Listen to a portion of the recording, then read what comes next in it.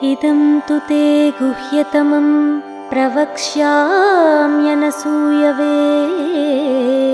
ज्ञानं विज्ञानसहितं यज्ञात्वा मोक्ष्यसे अशुभात् यज्ञात्वा मोक्ष्यसे अशुभात्। ओम शांति। सभी गीता प्रेमिकों को भगवान वाचा इस कार्यक्रम में स्वागत और सुस्वागत है। श्रीमद् भगवद गीता में गहरी राज छुपा हुआ है। इदम तु ते गुह्यतमम कहा हमारा टैगलाइन श्लोक में। गुह्यता माना रहस्य। इस रहस्य को जानने से ही हम गीता में छुपा हुआ तत्व को हम जान सकते हैं। जब तत्व को स्पष्ट रीति से समझने से ही हमको गीता ज्ञान और ब्रह्म कुमारी में जो ज्ञान बता रहे हैं, इस दोनों का गहरी संबंध हमको जानना मिलता है। इसके लिए हमको केवल एक विषय पर ध्यान देना होगा। 84 लाख जीवराशियों में भगवान ने केवल मनुष्यों को ही बुद्धि नेत्र दिया है, जिसको हम परखने की शक्ति कहते हैं। इस बुद्धि नेत्र को जागृत रखकर सुनने से गीता में छुपा हुआ तत्व को बहुत आसानी से हम जान सकते हैं। जैसा पिछले एपिसोड में हमने कहा है, तत्व को जानने के लिए 3 मुख्य विषय पर हमको फोकस रखना चाहिए। एक है सत्य, दूसरा तर्क और तीसरा है व्यवहारिक व साधारण बुद्धि। इसी को अंग्रेजी में कहते हैं ट्रूथ, लॉजिक और कॉमन सेंस। जब बुद्धि नेत्र को हम बंद रखते हैं तो ऐसा समझना होगा कि हम अंधविश्वास पर या मूढ़ विश्वास पर चल रहे हैं। भगवान को परम सत्य कहते हैं। भगवान वाचा, जो भी भगवान ने कहा है 574 श्लोकों के माध्यम से, वह हमको सत्य का मार्ग में ही ले जाता है। इसमें कोई शक नहीं होना चाहिए। इसको जानने के लिए हमको भगवान और भगवान का ज्ञान जो गीता में है, उस पर अटल निश्चय होना चाहिए। हम सभी भाई और बहनों को एक मुख्य विषय जो हमने टैगलाइन श्लोक में दिया है, उस पर ध्यान देना होगा। भगवान ने बहुत स्पष्ट रीति से, अथॉरिटी से कहा है, मैं संपूर्ण ज्ञान देता हूँ और इस ज्ञान को जीवन में कैसा उतारना वह भी मैं संपूर्ण रीति से मैं बताता हूँ। यह दोनों जानने से ज्ञानम विज्ञान सहितम कहा। हमारा जीवन में जो भी समस्याएं हैं, उलझने हैं, इनसे संपूर्ण रीति से मुक्ति हो सकते हैं। ये ज्ञात्वा मोक्ष से अशुभात। पिछले एपिसोड में हम श्रीमद् भगवद गीता का एक मूल सिद्धांत, मैं कौन हूँ, हु एम आई, इस विषय पर चर्चा की है। इस एक विषय का समाधान हमको जानने से श्रीमद् भगवद गीता में 574 श्लोक भगवान वाचा, इसका एसेंस, इसका सार हमको स्पष्ट रीति से हमारा बुद्धि में बैठता है। हमने चर्चा की, हम 2 एंटिटीज है, मैं आत्मा हूँ या शरीर मेरा है।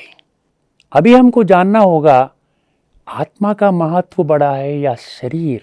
इसको जानने का प्रयास करते हैं। जब हम शरीर समझते हैं, मैं शरीर हूँ ऐसा समझते हैं, शरीर को जानने से हम ज्ञान ही जान सकते हैं।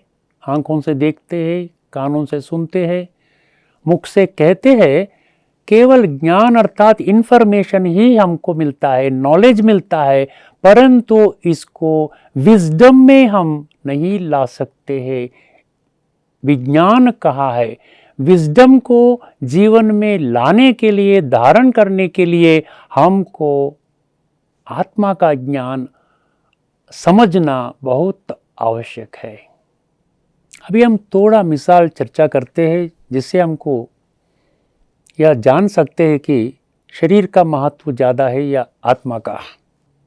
एक धनवान व्यक्ति को एक बार हार्ट अटैक आता है तो उनका बहुत कॉस्टली कार रहता, 2-3 करोड़ का गाड़ी में जाता है हॉस्पिटल में दाखिल होने, ट्रीटमेंट लेने के लिए। वहाँ ट्रीटमेंट के बाद उन्होंने वहाँ ही शरीर छोड़ता है, अर्थात मर जाता है। हॉस्पिटल वाले क्या कहते हैं, पेशेंट आया ऐसा कहते हैं, फिर शरीर छोड़ने के बाद पेशेंट को ले जाइए ऐसा नहीं कहते हैं, बॉडी को ले जाइए कहते हैं। तो इसको समझने होगा पेशेंट और बॉडी का इसका भेद क्या होता है। पेशेंट में आत्मा है, बॉडी में आत्मा नहीं, केवल शरीर ही है। शरीर और आत्मा दोनों इकट्ठा होने से ही, जीवित रहने से ही इसका वैल्यू रहेगा। अर्थात शरीर से कंपेयर करने से आत्मा का ही महत्व हुआ है। और एक पर्सनल एक्सपीरियंस में मैं एक विषय शेयर करना चाहता हूँ। कई सालों पहले हमारा जो बहुत जानकारी में है, एक फैमिली में एक व्यक्ति को बहुत सीरियस हेल्थ प्रॉब्लम आता है, हॉस्पिटल में एडमिट करते हैं, फिर 2-3 दिन के बाद उनका हालत बिगड़ती है, फिर वो शरीर छोड़ देते हैं। उस समय हम वहाँ ही रहे हैं। तो हॉस्पिटल वाले कहते हैं बॉडी को लेके जाओ। बॉडी को ले जाने के लिए आपके पास कुछ वाहन है या हमको अरेंज करना होगा। तो वो परिवार कहते हैं, उनका पत्नी कहती है कि गाड़ी अरेंज करो। तो ये डेड बॉडीज़ को ले जाने वाले गाड़ी का ओनर्स का कुछ फ़ोन नंबर देते हैं। जो शरीर छोड़ा है उनका बेटा वो नंबर को फ़ोन करता है। तब वह ओनर क्या बताया है, बहुत आश्चर्य लगता है। क्या इस शव को, इस डेड बॉडी को कुछ कपड़े में लपेट करके डिक्की में रखते हैं तो 500 देना, नहीं तो गाड़ी में जैसा मनुष्य बैठते हैं वैसे बिठाए तो 3000 होता है।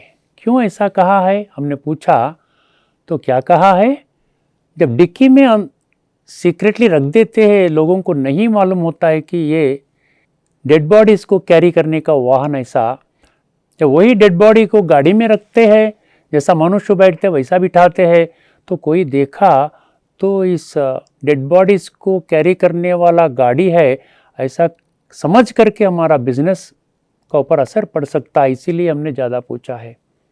तो परिवार ने भी कहा है इसमें डिक्की में रख दीजिए कपड़े में लपेट करके। तो इससे हमको क्या समझ में आया है कि शरीर का वैल्यू कुछ भी नहीं है।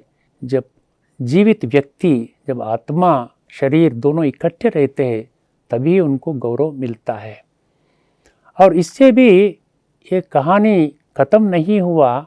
वो 20 किलोमीटर जाने के बाद ये परिवार समझे है कि ये ड्राइवर और उनका असिस्टेंट जो था गाड़ी में, ये दोनों मिल करके उस गाड़ी में जो डिक्की में रखा है लपेट करके उसको निकाल करके घर में, वो घर का आंगन में रखता है ऐसा समझे। परंतु पूछने से भी वह इनकार किया और उन्हें बड़ी आवाज़ से क्या मुझे समझा है, क्या मैं डेड बॉडीज़ को कैरी करने वाला आदमी समझा है, ऐसा कहता है। फिर बाद में कोई टीम आकर के वो कार्य करते हैं। मुख्य विषय इससे क्या जानते हैं कि आत्मा का ही श्रेष्ठता आती है, ना कि शरीर है। अभी हमको और एक मुख्य विषय पर चर्चा करते हैं। शरीर और आत्मा, इस दोनों का संबंध क्या है? क्या शरीर आत्मा का मालिक है या आत्मा शरीर का मालिक है? इसको जानने के लिए एक छोटा उदाहरण, जब हम कहते हैं मेरा हार्ट को बाईपास सर्जरी हुआ, मेरा घुटने में दर्द है, मेरा पेट में दर्द है, मेरा सिर दर्द है, मेरा शरीर ठीक नहीं है, ये मेरा शरीर कहाँ, मेरा हार्ट कहाँ, मेरा घुटना कहाँ, तो मैं कौन हूँ? तो मैं आत्मा हूँ। तो आत्मा शरीर का मालिक हुआ है। इसीलिए जब मालिक कहता है तभी इस शरीर काम करती है। इसमें 5 ज्ञानेंद्रिय, 5 कर्मेंद्रिय होते हैं। आँख खुद नहीं देखती है, जो मालिक कहता है यहाँ देखो यहाँ नहीं देखो, यहाँ चलो, यहाँ नहीं चलना है, पैर को डायरेक्शन देता है, ऐसे हाथों को भी डायरेक्शन देता है, ये काम करो, ये नहीं करो। कानों को कहता है ये सुनो, ये नहीं सुनो, या मुख को भी कहता है ये बात बोलो, ये नहीं कहो। तो क्या हो गया है? आत्मा ही शरीर का मालिक है। आत्मा का महत्व ही बहुत स्पष्ट रीति से हमको समझ में आता है। आखिरी में और एक मुख्य विषय को हम जानने का प्रयास करते हैं।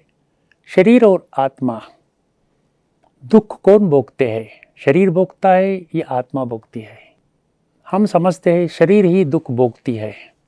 कोई किसी को मारा है, शरीर का दर्द ही महसूस करते हैं, परंतु एक डेड बॉडी को एक चाकू से मारने से कुछ होगा क्या?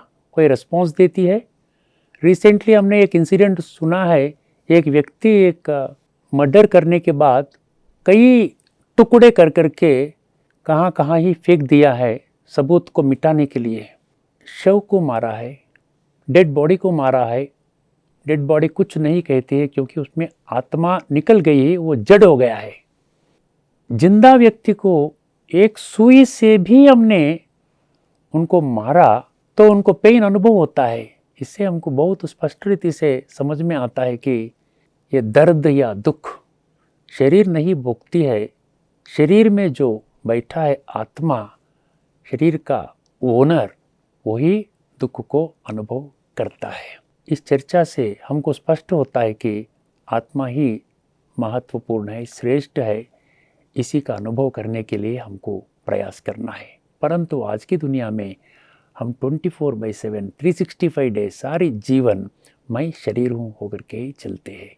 क्या ऐसा जीवन बिताना सच होगा? अगली कड़ी में इस चर्चा को आगे बढ़ाएंगे। मैं कौन हूँ और कई विषयों को जानेंगे। तब तक के लिए नमस्कार। लोका समस्ता सुखिनो भवन्तु। ओम शांति।